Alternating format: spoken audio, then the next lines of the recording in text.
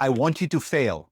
That's right. I want you to fail. What are you, some kind of sadist? More importantly, I want you to give yourself permission to fail. Recently, I ran into a friend at the range. I asked him how his practice was going, and he seemed a bit frustrated and asked me to look at his target. So I did. What's the problem? I asked. Look, he said. You see that round off to the left? I looked at him somewhat puzzled and asked, what about it? It's off, he repeated. I don't know if I lost focus or was distracted. I seriously thought he was joking at first, but he wasn't. He was upset because one round out of many was 1 inch left of center. All the rest were dead center, making a hole where there was once a bullseye. I gave him a remedy, which he tried, and for the rest of the session, he went on to make that hole in the center a bit bigger. What is your remedy? After the session, I asked him what his objectives were. He told me that he'd like to compete. I suggested that he expand his horizons a bit in terms of his training and practice habits because the competition he wants to participate in are not about bullseyes. So he scheduled a session with me and we went to work. I advised him that I would be taking him out of his comfort zone, and he was uncomfortable. At first, I could see his frustration as his groupings weren't as perfect as he'd like, even though his results, had he been competing, were spot on. The most important lessons I wanted him to learn were: lay it on me, oh great mystic.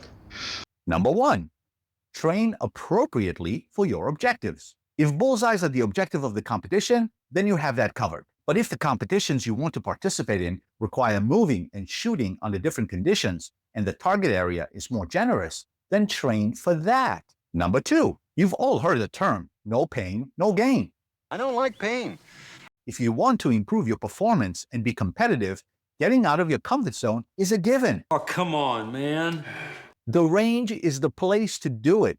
It's where you push and test your skills, where you can safely make mistakes, expose the flaws, and fix them. But to do that, you must do number 3. Number 3, allow yourself to fail. We all have a competitive side. We want to be the best, and in many cases, perfect in everything we do. I'll be the first to admit that I was plagued with perfectionism for a very long time.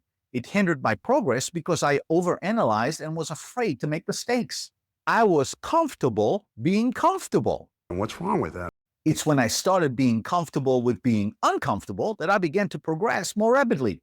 Instead of pursuing perfection, compliments, and a pat on the back, I started pursuing excellence and embraced the failure that came along the way. Failing is a good way to learn and improve not only my performance, but that of my students. So, I want you to fail. It's okay.